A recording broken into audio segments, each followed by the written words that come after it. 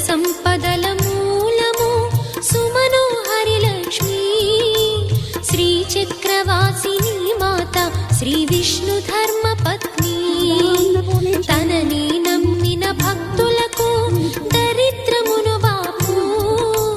కొలిచెడి వనితల కొంగులలో బంగారము నింపు